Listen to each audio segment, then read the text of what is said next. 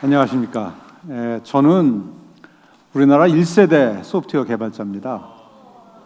그리고 인공지능을 연구하고 있습니다. 제가 주로 연구하는 분야는 패턴 인식이라는 분야예요. 그거는 뭐 손으로 쓰는 한글 글씨라든가, 뭐 요즘에 자동차 번호판을 인식한다든가, 그다음에 그 뭐 카메라로 찍은 그 간판을 인식해서 자동으로 번역해 준다든가 그런 데 사용을 하고 있습니다. 저는 대학을 졸업한 다음에 처음 컴퓨터를 봤어요. 제가 대학을 졸업한 게 1971년이니까 제가 얼마쯤 나이가 된지 아시겠죠? 그 후에 새로 공부를 시작하려고 유학을 가서 인공지능을 전공으로 택했습니다. 그 당시 인공지능은 뭐 실용적인 성과도 별로 없었습니다만, 뭐 생각하고 보고 듣고 말할 수 있는 컴퓨터를 만든다는 인공지능의 목표, 그거 멋지지 않아요? 그래서 거기에 제가 홀딱 반해서 겁도 없이 인공지능을 저희 전공으로 택했습니다. 인공지능은 컴퓨터로 하여금 지능이 필요한 일을 시키게 하는 기술이에요. 인공지능이 듣고 보고 또 상황을 이해하고 또 그 상황에 맞는 적절한 행동을 하게 하는 그러한 똑똑한 컴퓨터를 만드는 그런 기술이 바로 인공지능입니다. 반도체 기술 덕분에 이제는 컴퓨터가 손톱만해졌죠. 뭐 작지만 엄청 빠르게 많은 계산을 합니다. 또 통신 기술 때문에 이제는 아무리 많은 정보가 아무리 멀리 있어도 순식간에 갖고 올 수가 있어요. 이러한 기술들을 결합해서 세상의 문제를 푸는 것, 그게 바로 컴퓨터 소프트웨어입니다. 컴퓨터 소프트웨어는 다시 말하자면 인간의 지식과 경험을 코딩한 해결책이다, 이렇게 말씀드릴 수가 있습니다. 그러한 소프트웨어 중에서 사람처럼 자라면 우리가 그걸 인공지능이라고 그래요. 따라서 지난 70년 동안의 컴퓨터의 역사, 그것은 바로 인공지능의 역사라고 할 수가 있습니다. 컴퓨터를 이용해서 나의 문제를 풀겠다 하면은 소프트웨어를 만드는 그런 방법을 익혀야 됩니다. 다행히도 우리나라에서도 이제 초등학교에서부터 소프트웨어를 만드는 그런 방법을 다루게 되었습니다. 지금 우리나라는 인공지능 잘 못해요. 그러나 우리 그 젊은이들이 자라고 나면은 아마 인공지능을 잘할 거라고 생각됩니다. 아마 여러분은 최근에 언론을 통해서 인공지능의 놀라운 성과를 많이 접하셨을 겁니다.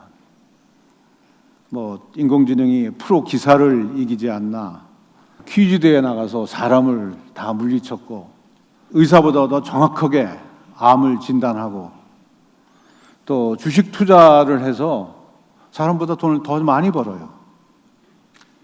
운전은 사람보다 더 안전하게 잘 합니다. 심지어는 인공지능이 그림도 그리고 작곡도 하고 안무도 하고 시도 쓰고 소설도 씁니다. 저는 아침마다 구글에서 보내주는 인공지능 소식을 봅니다.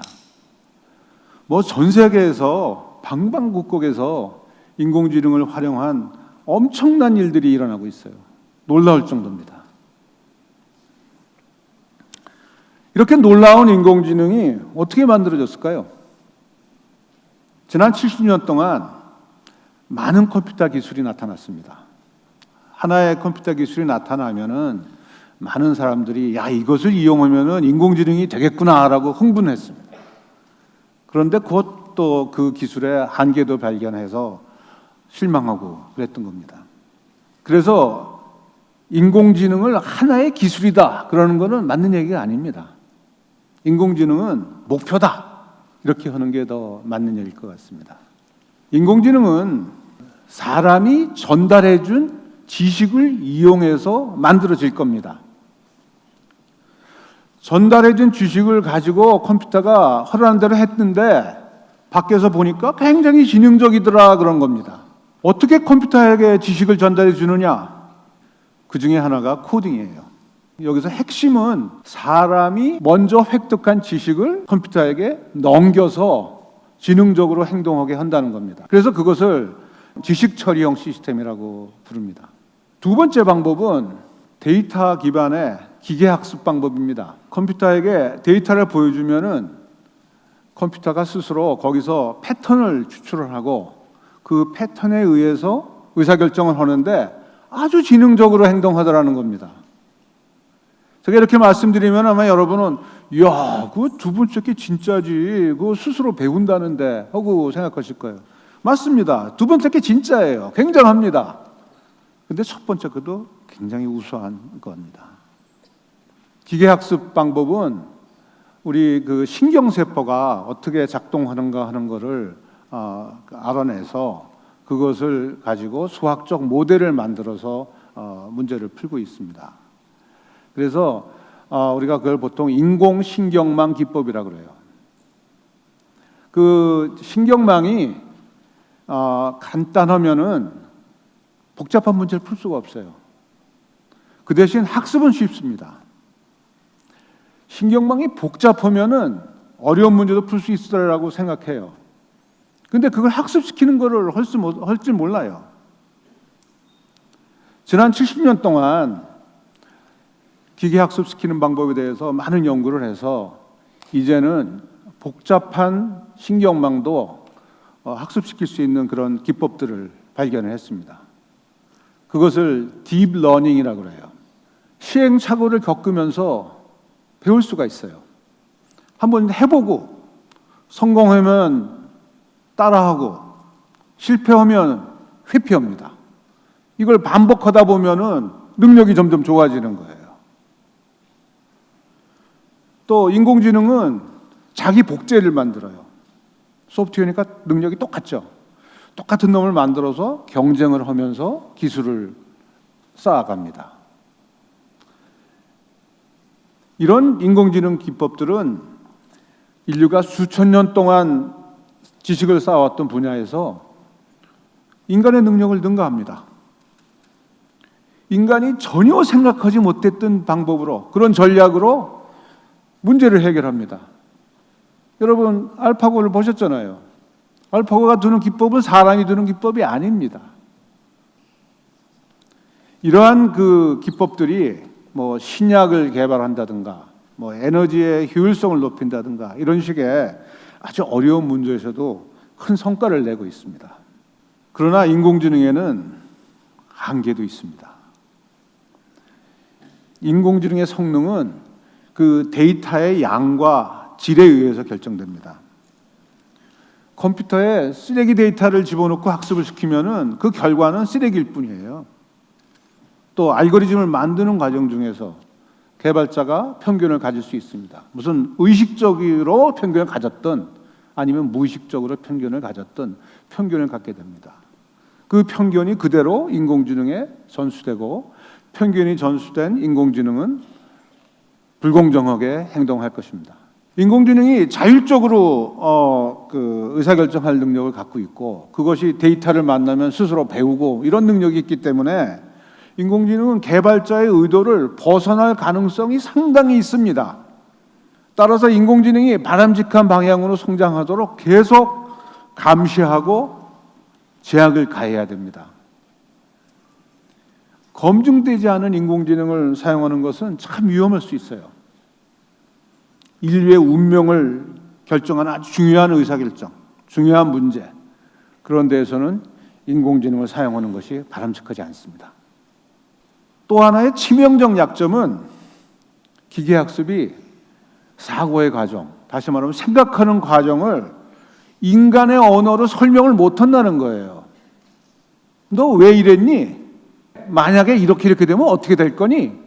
이런 질문에는 속수무책이에요. 여러분 알파고에서도 보셨잖아요. 잘 하더니 네 번째는 바보같이 져. 왜 이상한 수를 뒀는지 물어봐도 몰라요. 알파고도 모르고 알파고 만든 사람도 모르는 거야. 인공지능은 여기서 문제에서 학습을 했어요. 그럼 그것과 비슷한 문제에 이걸 적용시키는 것을 못합니다. 다시 말하면 일반화 능력이 굉장히 떨어집니다. 인공지능은 대체로 전지전능합니다. 그렇죠? 대체로. 그렇지만 이유를 설명 못하고 한번 배운 것을 비슷한 문제에 적용도 못하고 이러한 인공지능이에요. 이것을 우리가 어떻게 활용해야 될까요? 사람은 이해하는 존재라고 그럽니다. 근데 이해하지 못하는 인공지능을 우리가 어떻게 받아들여야 되겠습니까? 인공지능이 이성의 종말? 뭐 이런 것을 우리 촉진하는 게 아닌가 이런 우려가 있습니다. 아무튼 우리는 인공지능을 활용해야 됩니다. 인공지능과 협업해야 되고요. 같이 일해야 되고요. 또 필요하다면은 인공지능이 먼저 배운 지식을 우리가 배워야 됩니다.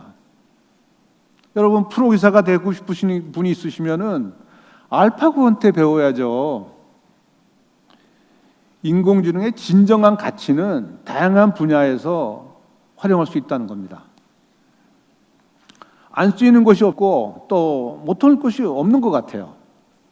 그래서 모든 기업과 국가에서 인공지능 능력을 갖추기 위해서 크게 노력하고 있습니다. 어떤 영역, 어떤 문제를 여러분이 하시든지 인공지능을 활용해야 됩니다.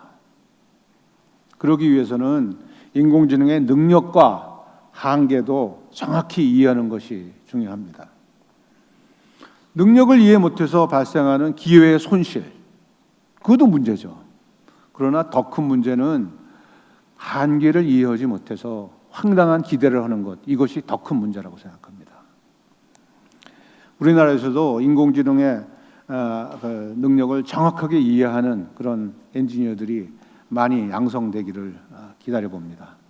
감사합니다. 네.